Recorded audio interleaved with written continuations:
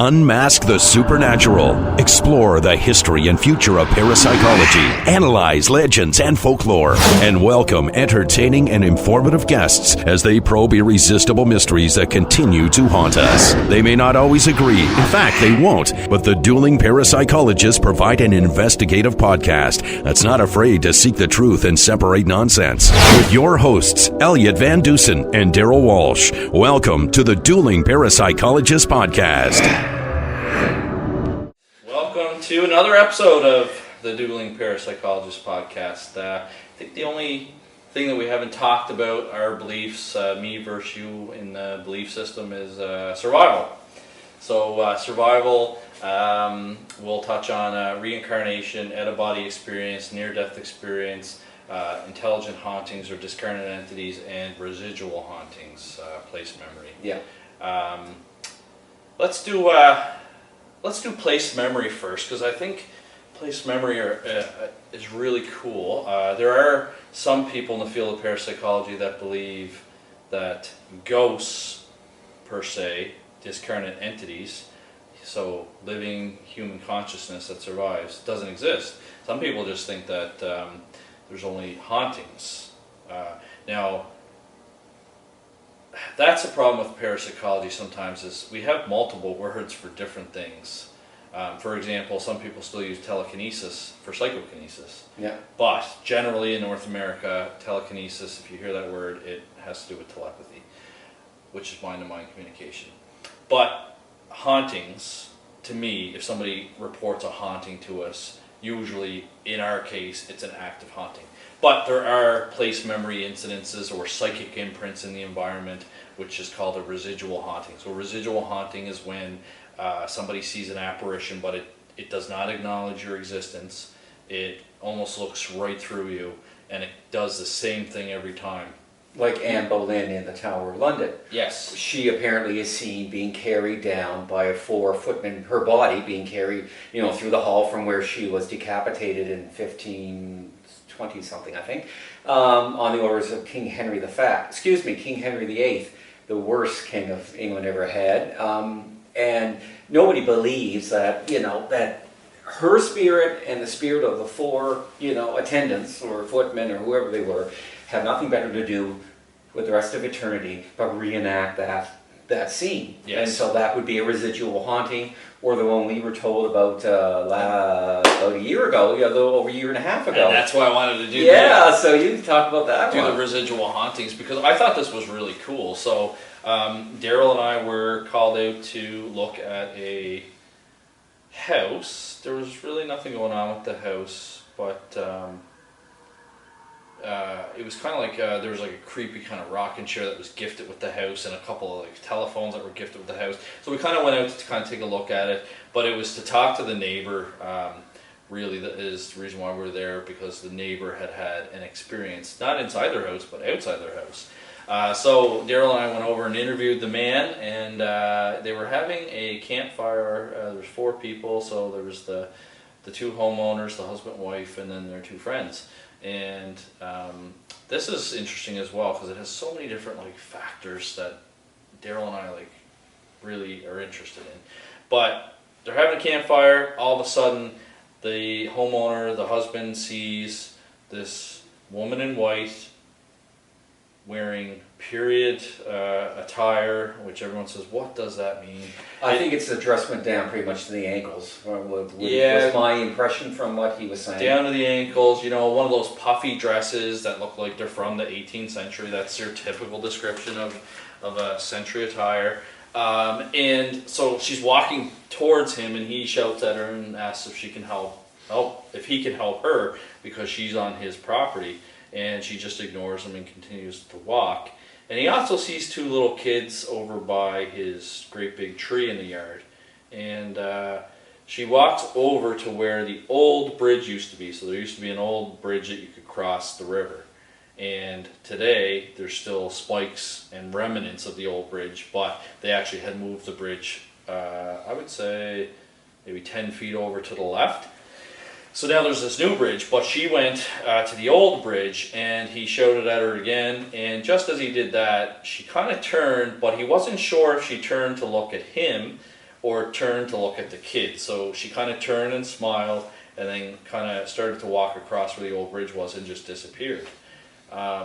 Based on that description, Assuming she was looking around at the kids, which might have been hers, to make with yeah. those two assumptions. Yes, assuming that she turned around and looked at the kids, not at him when he showed it at that last time, then that would be a residual haunting, because she's following the same path that she would have followed back in that time. She was going across that bridge that existed at that time.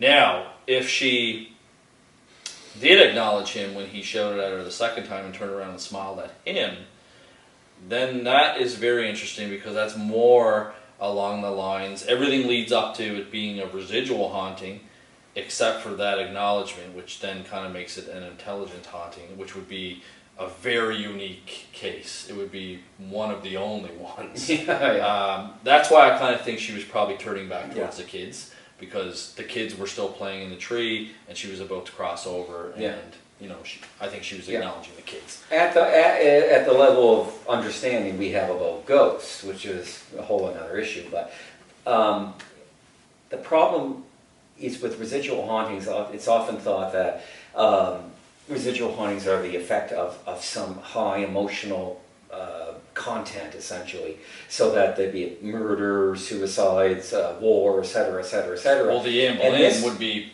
one of those. This one it's doesn't. Very mild and relaxed, but I'm sure you're going to have an explanation for that.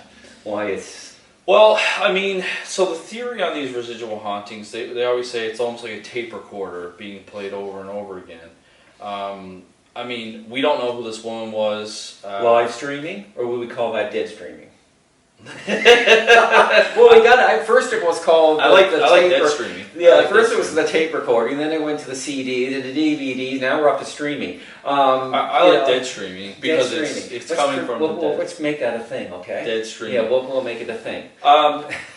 So that, I mean, there was obviously no violence there that we saw. No, unless she fell off the bridge 5 seconds after. Unless something else happened. But we had no knowledge. The only thing that we were told by the homeowners is that they were told that a child may have fell from the tree that's in their yard and broke their neck and died. That's the only piece of information that we were kind of told. Now, whether it was one of those two children that the homeowner had seen or not, we're not sure. We don't have enough details. But for whatever reason, that incident was significant to those spirits, so significant enough that it somehow recorded their energy in the environment. Assuming we weren't BS'd.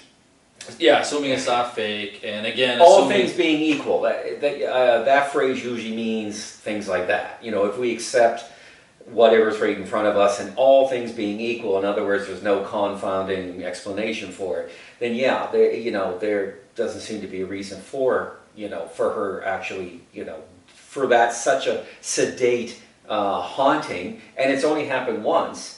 It only happened once that they told us. It might bring up that super ESP I know you're going to hit me with, or the PK thing you're going to hit me with in a few minutes. It only happened the once, but the thing is too is like we can go to where Anne Boleyn was beheaded, and we could stay there 10 nights in a row and probably not see it.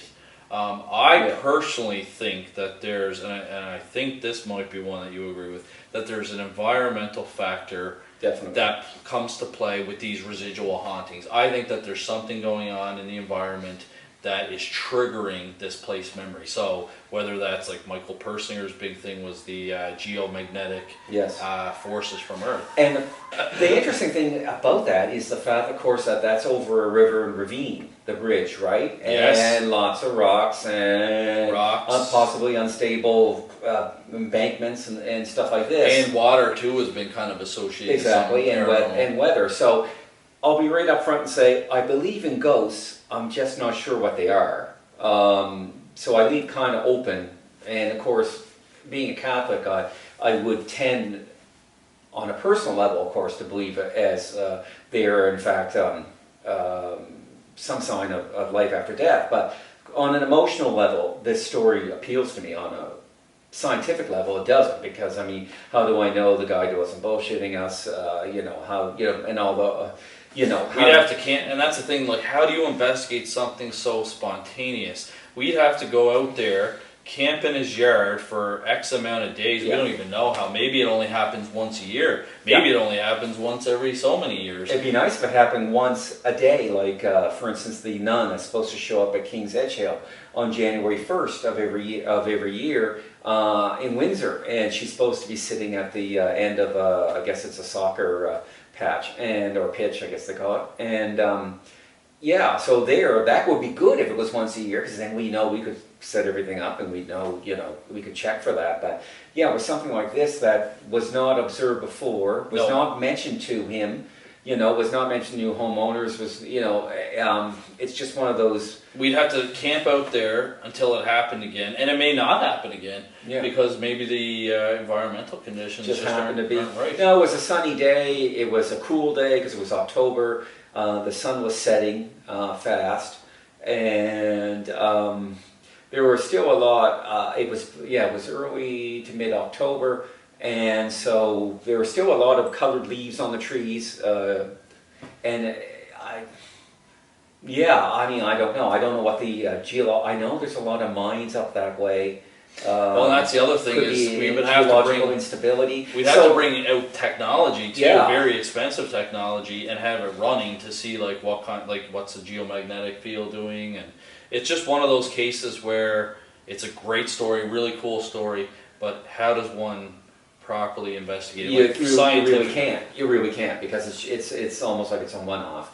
And if in fact it was just a residual haunting, one-off type of thing, well, there's no point in even doing that. And but if it was an intelligent one, you would hope that maybe she'd show up again.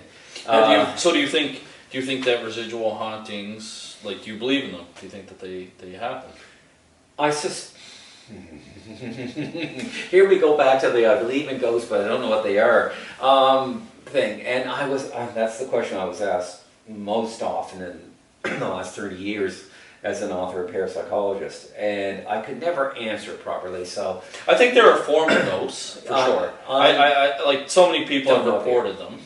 Now, residual hauntings, yes. I think it's a form of a ghost.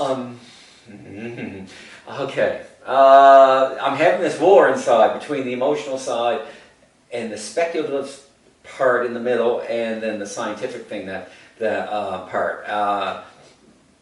But the thing is though, I guess the term ghost though for this particular case would actually it depends on the definition of ghost. Ghost, exactly. It's not a discarnate entity. No. Residual haunting is not a discarnate entity. It's not the actual Anne spirit. Yeah, it's energy that's been recorded, somehow locked in the environment. So it's some sort of form of energy. Possibly. Yeah. Possibly brought on. That would be I would lean to. Brought on by environmental and weather conditions. Remember when we were talking about the previous one, ESP, and I'm saying, what's the process? How does it occur? This one, at least, there is there's a combination of purely normal factors that could account for it. Yeah. And so I'm a little more, as opposed to say macro PK levitation and stuff like that. At least I can see a possible theory to explain how this happens. Whereas the other things I can't. So yeah. So I mean, there, as you can tell, there's still this bit of a war inside me about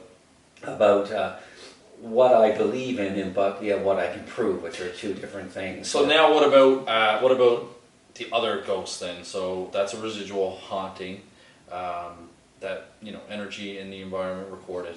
What about the discarnate entity? The fact that human consciousness and personality can leave the physical body and survive after death. After death. After death. Yes. Now that could just be. And this is not really good proof. Where there's smoke, there's fire. Many people say, well, not necessarily, and they would be correct in some cases, or maybe even most cases. But there had been enough between cross correspondences and crisis apparitions and all this, that I wouldn't want to bet the farm on it necessarily, but I do. And I'm not, and I guess the problem with it is not that I agree or disagree with it, or believe or disbelieve in it, is the fact I'm just not quite sure again about the causal mechanism, and I don't know how much of it is because I want it to be true.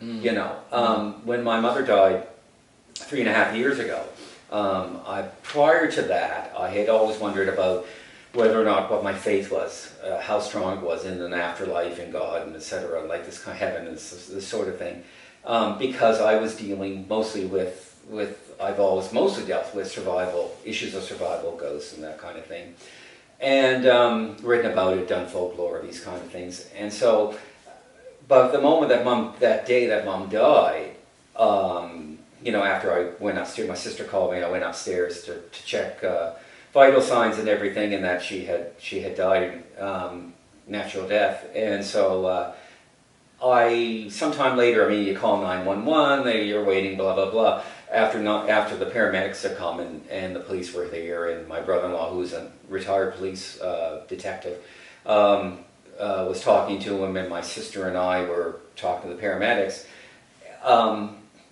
I instinctively, or whatever, I knew instantly she was in heaven. It didn't. There was no doubt about it, and it was at that moment. I don't know what Carol was talking to the paramedics about, and I know Rick was talking to the policeman about as he was just filling out the form, because it was an unsuspicious death, and she was 90 years old with stenosis, so there was no question. And so anyway, while he was talking to the policeman, young policeman, about the golf tournament, police golf tournament in September, you know, and this kind of thing. I had time to kind of, you know, observe, back to instead of being a participant in the whole thing, to observe what was going on, my own, and then I turned myself inward, in contemplation inward, because I mean, it is one of the most, as you've known with your father, one of the most emotional and serious things you're ever going to go through in your life, and very often you don't have time to reflect on it during it. It's afterwards, and unfortunately then memories start, by accessing the memory, you start to change it subtly. So I thought, well, you know, just think about this, but there was no doubt whatsoever, which is kind of, people and listen to this or watching this will say, well, he's such a cynical scientist, and here, yeah, he's just said that, yeah, he believes his mother went instantly to heaven. But, you know, I mean, I think there's a little, only the die-hard believers or skeptics take one position and hold to it and forsake all others. Unlike most people, I think, it's a muddle, because we don't have a lot of evidence for this, that, or the other thing, or it's weak, or we're guessing. And so we've got a couple unknowns here. Do we survive death and our spirit? And my inclination is yes. Then that brings up the question of, okay, well, if we do, how do they does it, first question, can they come back? Can they interact with our reality? Or, as near-death experiences seem to imply, if they do cross over this particular, there always seems to be a boundary, they cannot come back, at least to life. We don't know if they can come back as a haunting or anything. Does not appear so, at least after a year. Most hauntings happen within the year that we think are real, discarnate entities. So, but at least back, circling a long way, back to I think between the weather and the environmental and electromagnetic and all this, I think it plays a part and could also be an explanation for residual hauntings as well. So, yeah, either or. It could either turn on the residual haunting so that we would see some image from the past, some action, or it could be if they can't do it under their own power, maybe the conditions need to be right for a ghost to appear. The question then becomes, can they do it under their own power, and can they just appear at will? And that's why I don't quite agree with Ouija boards contacting any sort of discarnate entity just at will, just calling up anybody at will. It doesn't appear to happen, even if you do believe all the mediums in the world and channelers and all that. Well, channelers, we're not going to go to California channelers. They'll talk to aliens and Jesus Christ and just about anybody, but not even if mediums can talk to everybody, even if we were to assume for a single minute they're real, which they're not. So I'm going to be a little more, if you thought I was muddled the last episode, I might be a little more muddled this time. No, it makes sense. Am I just rambling on? No. This is a stream of consciousness, and this is stuff I think about all the time. Oh, yeah, no. Trying to make sense of the... I agree that there's like a lot of questions, if we can see a ghost in a house, on one occasion, how come we can't see them all the time? Where do they go? Do they go somewhere else? Like you said, are they popping in and out? Can they pop up to heaven and then pop back down for a little visit? Or is there another realm that they go to? Or you know what I mean? So there's thousands of questions that I'm sure we'd love to get bogged down. But I do think that human consciousness survives. We've got thousands and thousands of stories and human experiences from people that have told us things that that show that the haunting was intelligent, or that the discarnate entity was intelligent. They'll tell you about something that was hidden, like near-death experiences, which I happen to believe in, because science is slowly proving near-death experiences are real and not the various. Oh, I believe that they're real for sure. So if near-death experience does, which it is, the bulk of the evidence says that they are real, that means therefore we do survive death to at least some extent. Yep. How long? I don't know. Maybe it's in some form afterwards. We don't know. We can't guess at. Maybe it's a short-term thing. Who the hell knows? Well, like some people will argue that it's a chemical reaction, like that when the body is like suffering such trauma that it's on the brink of death, that the body releases a bunch of hormones and chemicals, and that's causing you to visualize the tunnel of light and stuff like that. I mean, sure, chemical and drugs may play a role in it, but I know when they did Aware, the study Aware, they did one in version 2, that there was some people that weren't given drugs, so they could rule out the drug aspect. All but still the excuses that they use or the skeptics use to explain it away do not cover the whole gamut. Now, like one of the big things is somebody had recalled an office that they had seen. So they were in their hospital room, they died, and they were able to they floated up, and they were able to describe somebody's office in perfect detail. Yeah. But they'd never been on that floor or in that office. Or there was one case in the Aware study that the person was able to describe the roof. Exactly, not just say there was a helipad on the roof. Of course there is at the hospital. Well, they were actually able to give details. I can't remember the specific. Maybe they saw that one of the lights was burnt out. There was some sort of detail that they went and checked and verified it. So you can't make the argument that it's a hallucination. It's drugs, or even I had a case in one of my newest book, More Supernatural Encounters from Law Enforcement, where the female RCMP officer told me a near-death experience that her partner had. And when he went to her house after he recovered and started doing physio, he told her that he was floating above and he could see everything. Well, somebody could even argue, well, he wasn't dead, he was in the car severely critically injured, maybe he was hearing things and the brain was processing things. There's lots of different arguments, but when you read about those cases from Aware, where no, the person's never been in that office, so how did they know that the doctor had a family photo of a little girl and two twins, identical twins on his desk? They gave such specific details. And they're hooked up to monitors. Some of them, they're hooked up to brain monitors. And if the brain is still, and in many cases past 4 minutes, the brain is supposed to be dead or start dying at 4 minutes. Some people, of course, are dead for much longer than that, brought back because luckily the stubbornness of doctors and nurses. And so the brain is dead and dying. There's nothing going on. The cells are just decaying, supposed to be decaying and everything. And all of a sudden, boop, they come back.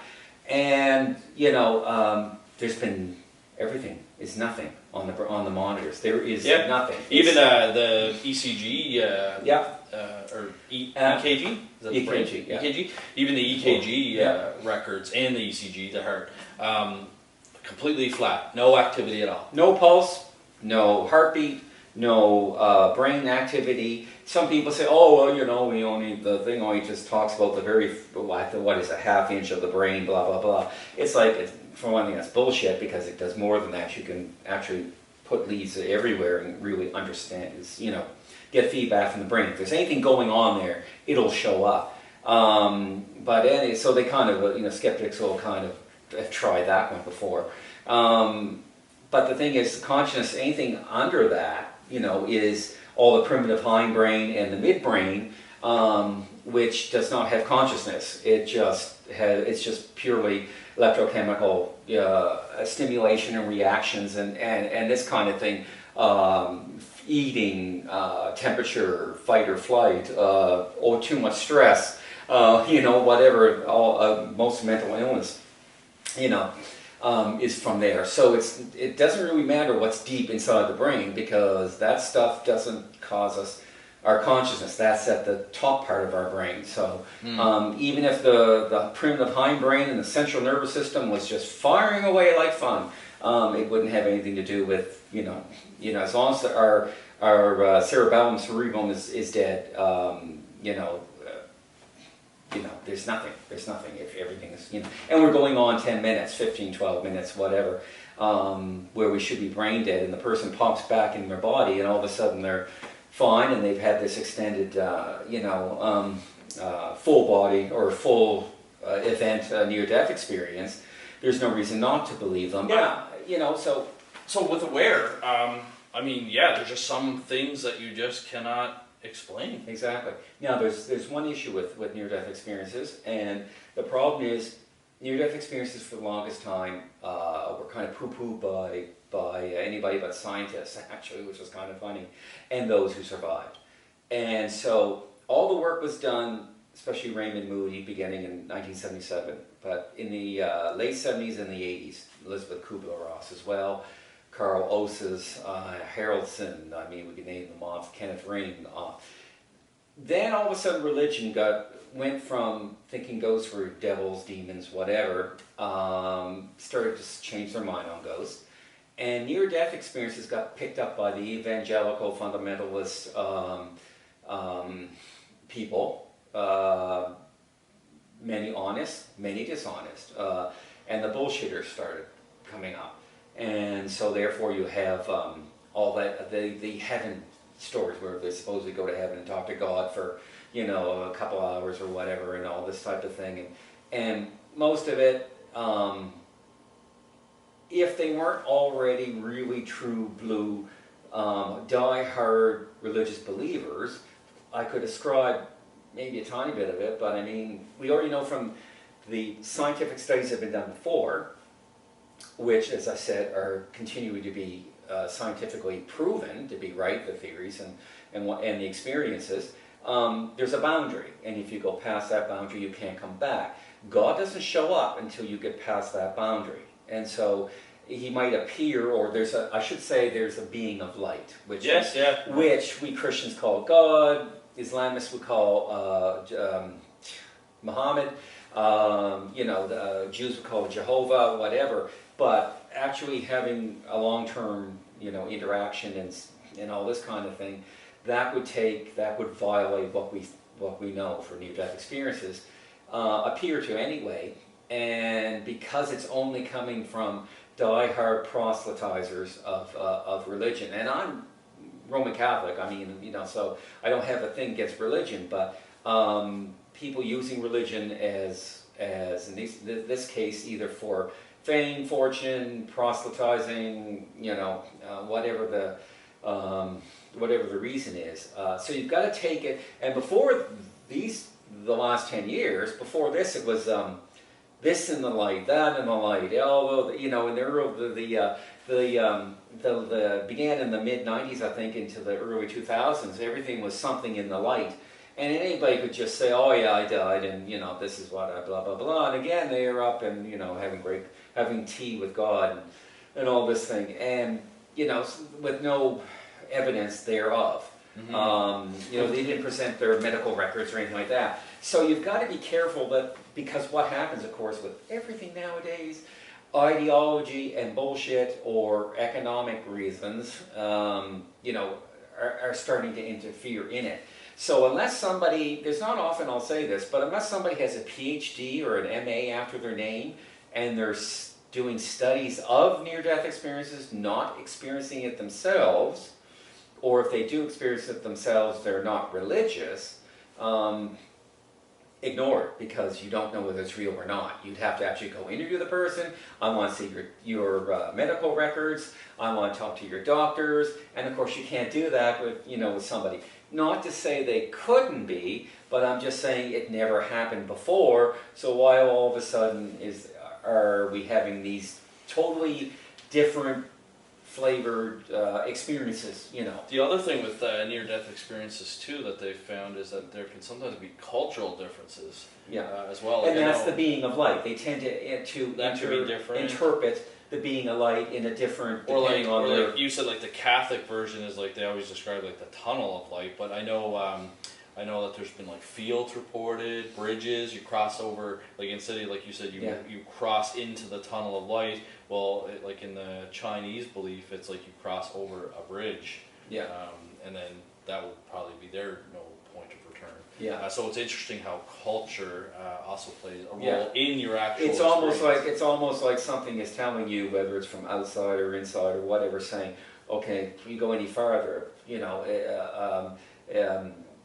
can't come back. Mm-hmm. So, type of thing. Yeah, I definitely think that near-death experiences are legitimate. Now, along the same lines of near-death experiences, what's your take on the out-of-body experiences? That the fact that somebody can have like an out-of-body experience that has nothing to do with like trauma or death. It's it's voluntary, or they say some people can have involuntary out-of-body experiences, but most of it is like voluntary. You bring yourself to a lower state of consciousness. You're able to like project your consciousness out of your body.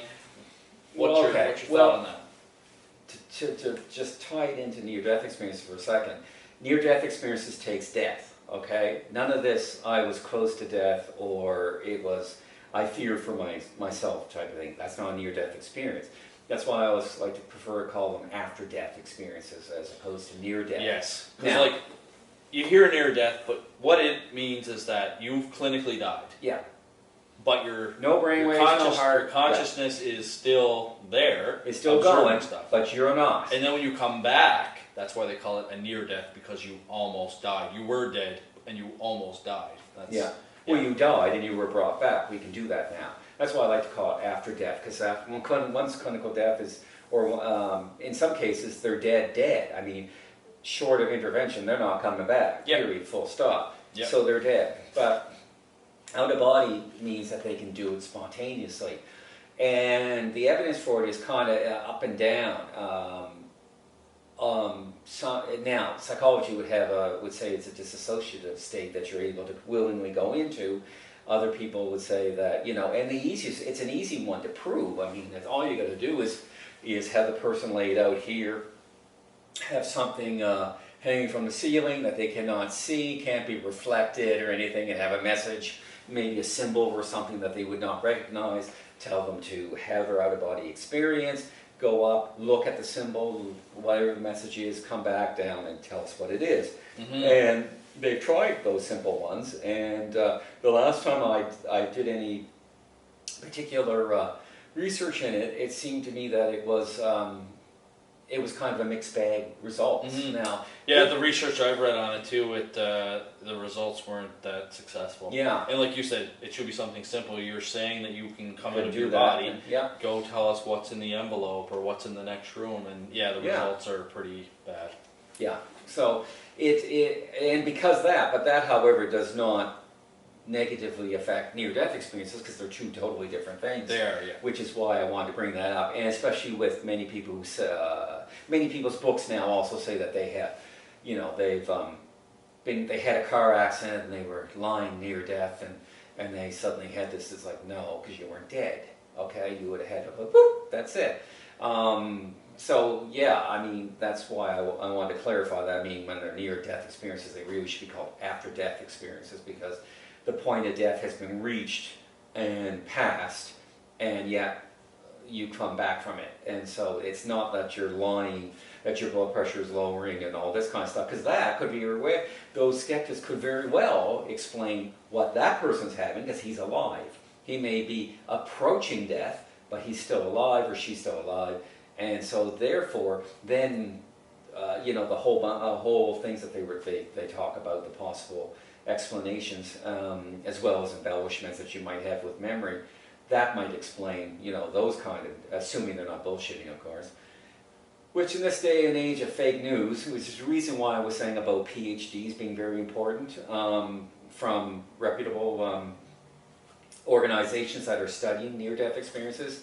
Sam Parnia, who's actually a MD, and I don't remember if he's got his PhD as well or not. Oh, he's just Doctor of Medicine. But anyway, Brighton or Birmingham? Brighton University Hospital? I think it's Brighton. I think it's Brighton. Brighton, yeah. You start to forget where everybody's from after a while. After a while, it's like being asked about a ghost. Well, where's the woman in white? It's like there's like 12 of them in Nova Scotia. Which one do you want? And the other one on the Eastern Shore. Okay, there's 3 of them on the Eastern Shore. Try to pin it down. After a while, all the facts start to get But anyway, yeah. So I mean, he's the one who's leading the charge. He did the AWARE studies. And, he's the one that I trust the most because he's fully invested in it, and he's doing it, and he keeps tinkering and tweaking the methodology, and it keeps coming up roses. So, I mean, I'm willing to go there with that. That would therefore say, yes, we do survive death. And so therefore that then begs the question, can we come back? If we can, can we be seen, or can we make ourselves felt or heard or whatever? Personally, I think there's only, to get to the next question and the ending of the previous podcast, there's only one way you can detect a ghost, and that's with your eyes. All the equipment in the world can't detect a ghost or tell you there's a ghost there. There is no ghost hunting equipment. Tape recorders or digital recorders or white noise and whatever. You have to see somebody who can't possibly be there. And so therefore, if you can't see the person, you can't see this image, you have no way of knowing for sure 100% whether or not there's a ghost. All the EVP in the world, electronic voice phenomena in the world, can be explained away one way or the other. It does not prove that a ghost, if a ghost can say something onto a tape or onto a digital recorder, which, by the way, are 2 different mechanisms, so they really have to know how to manipulate ones and zeros for the digital one. Do they take a course once they get over to heaven, the afterlife, on how to manipulate? Listen, folks, they're upgrading down there to digital now, so we need to take upgrade our course certificate in ones and zeros so that you can leave your nonsensical messages on digital recorders for those idiots who are going through basements, dusty basements, screaming at you to answer back their questions.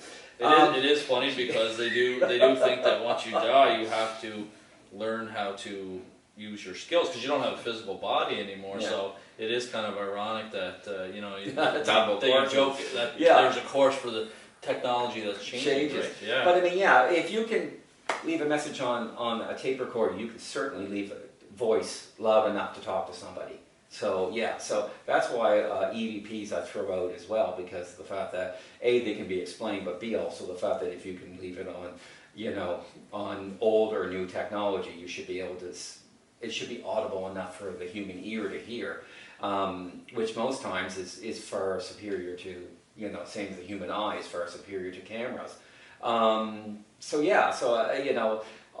go obviously, I'll go so far, and but you need to see with your eyes, and we need to see with our eyes, and you can, and so yeah, you walk into a place, and I saw it with my eyes. Prior to that, I walked in and I was extremely uncomfortable to the West End, in the Atlantic room at the West End. I was extremely uncomfortable being in that room, and I wanted to leave.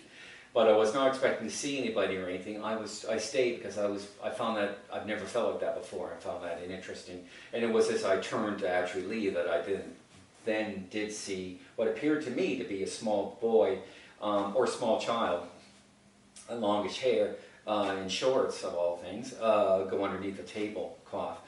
But so that was at the point I would say, therefore, that became a paranormal experience. Mm-hmm. My walking into the room could have been caused by electrical interference. The room was freezing, could have been, yeah. Yeah, exactly. Yeah. Anything, even preconception from hearing the story, thinking it was a ridiculous story that I heard, that it was seen bouncing a ball down the hallway. The hallway, yeah. So it didn't even match what my experience was. So my preconception because of what I heard being told to you in the room didn't match. So so I can put that one down as being unexplained, but quite probably or possibly paranormal.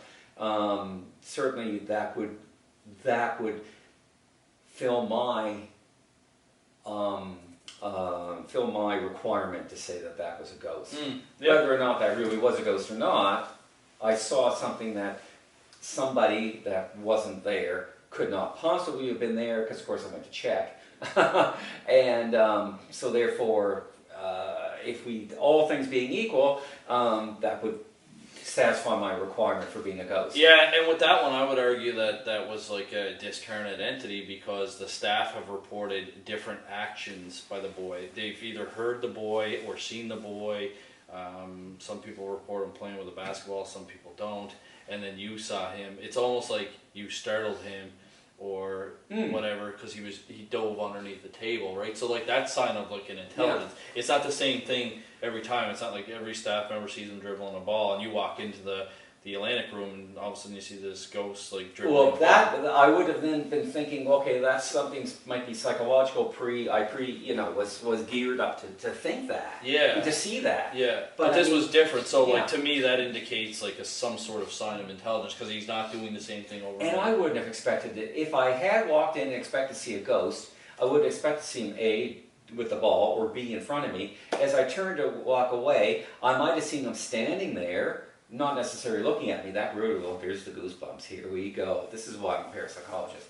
I would, if I'd seen him staring at me like something out of a horror film, that might have been expected. But to actually just catch him hiding from me doesn't make any sense to me logically. For what I know about, for preconceived ideas and beliefs and stuff like that, none of it gels. Okay. For me to, if I was hallucinating, why did I hallucinate that particular act? If I hallucinate, I would hallucinate my belief. And I believe in ghosts. Like I said, just I'm not quite sure what they are. I think they are, some are, discarnate spirits of the dead. Yep. But, anyway, so it's fascinating. And now, of course, I've had that experience, which I've had no time to write about or to fully process or integrate into any of my writings or anything. But it's really fascinating. And the fact that afterwards you went into the room and also felt uncomfortable in that room.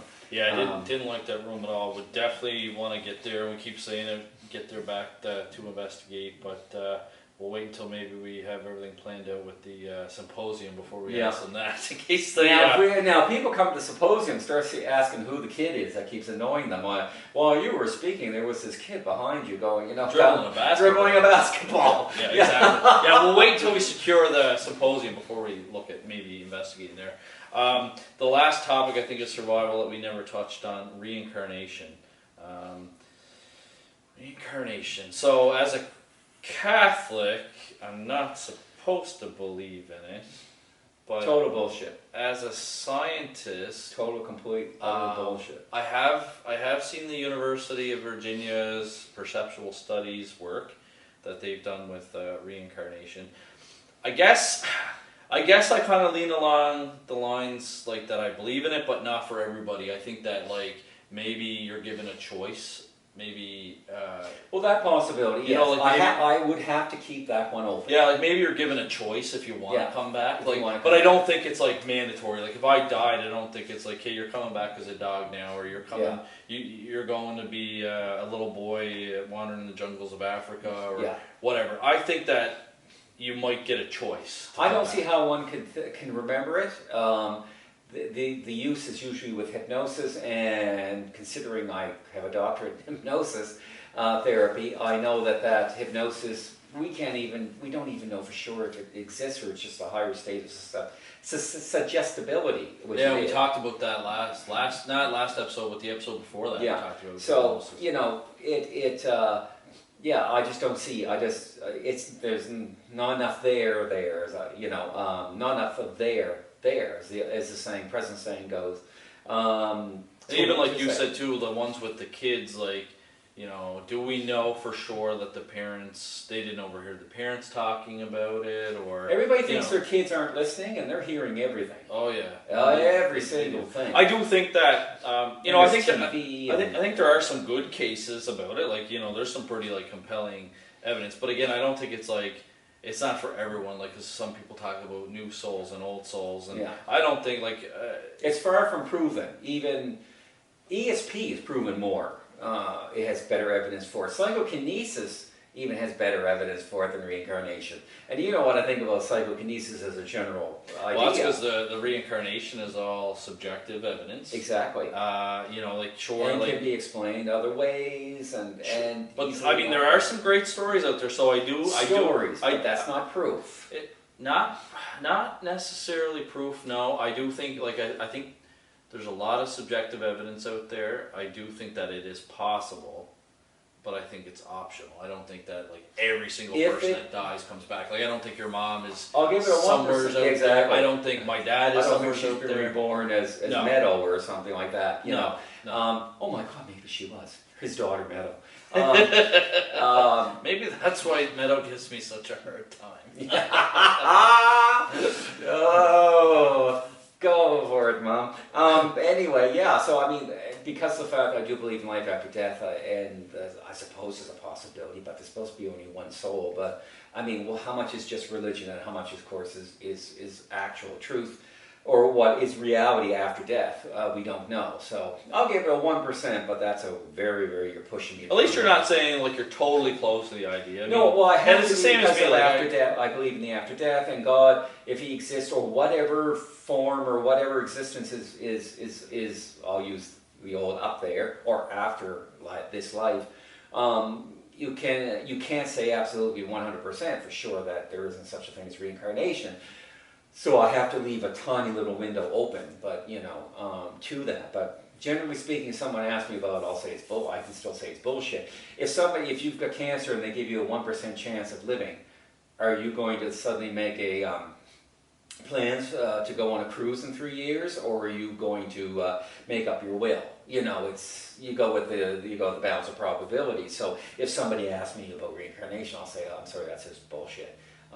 Just by going the probabilities. Now, maybe protocols will, I don't know how they would, but maybe some way through imaging and memory, more we learn about cognition and memory, we might be able to tap into some of our memories, like the Dr. Penfield accident we did in the 50s, when he would touch parts of the brain and the woman could smell burning toast or something, So maybe although I can't really see the ethics committees going for too much of that, but maybe something like that will, occur, and maybe we'll have to raise that up to 1.25. Well, not just it. Technology might change, or there might be some other way to investigate reincarnation. A lot of it right now is basically through human experience, so interviewing the people, the immediate family, and the child, or the adult, if it's an adult, and then of course doing historical research and piecing it all together. Like if they said, I used to live at 123 Main Street, and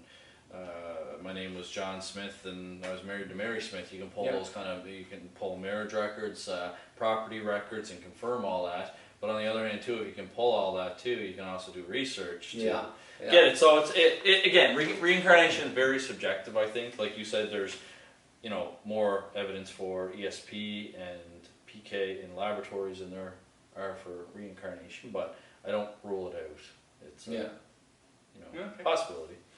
So I think that's all. That's all we really have. Well, I think we should put poltergeist into a separate episode, because that's one we're going to really start butting heads on as well. But there's so much rich stories about that one and the theories about it and everything that we should revisit poltergeist and the knocks and the poltergeist technology, how that's changing all the time. Because I think we've referred to it, but we haven't really delved deep into it. Maybe that one, or else maybe you'll be able to get a special guest speaker for next podcast. It would be interesting. I'd like to get like Lloyd Auerbach back to talk about the North American version of poltergeist RSPK, and then have Karen O'Keefe, who's a UK parapsychologist, come on as well and talk about because basically the UK thinks if there's any sort of physical movement of objects, they call that a poltergeist. Okay. Whether it's a discarnate entity or it's RSPK. So it would be interesting to kind of have the two theories. That would be a good debate if they'd be willing to do it. Yeah, yes, that'd be excellent. Would be. I'll reach Revisit out to it. both of them and just see. But I think other than that, we're looking for articles for Parascientifica. Yeah. You can email them to parascientifica@gmail.com or parascientifica@ppri.net. They go to the same email. You can visit our website, ppri.net. It's got all our information on there, links to the store, which has Darryl's books for sale, my books for sale. Give us a like and a subscribe on the ideas for the symposium in 2023. Ideas or guest speakers. If you know somebody that you think would be really good for it, give us their name. Or if you're a paranormal researcher, investigator yourself, and you think you have something to offer, send us an email. New, interesting. We might also we're trying to get some guests lined up because it's been Darryl and I for the last few episodes, but we might also do a live session maybe where you guys can ask questions online. We'll get Jeff or Sarah that help us out filming sometimes to maybe monitor the questions, and then we can kind of do maybe a 1 hour live special where you sign on Facebook Live and you can answer questions and things like that. So we'll keep you posted. Yes. Or any other ideas, hit us up with them. We'll be happy to hear them. Let us know. And we know you were, we did see the poll from a while ago. You're interested in learning more about, I think it was ESP and PK. Yeah. So we're working on that as well. And hopefully these last couple episodes have given you, a little bit more to kind of chew with there for, we did discuss ESP and PK. So, till next time. Okay. Have a good one. The Dueling Parapsychologist Podcast, an educational and entertaining podcast with Canadian parapsychologists Elliott Van Dusen and Darryl Walsh. To reach out to the Dueling Parapsychologists, see our Facebook page, Twitter, and Instagram accounts, or email us directly at info@ppri.net.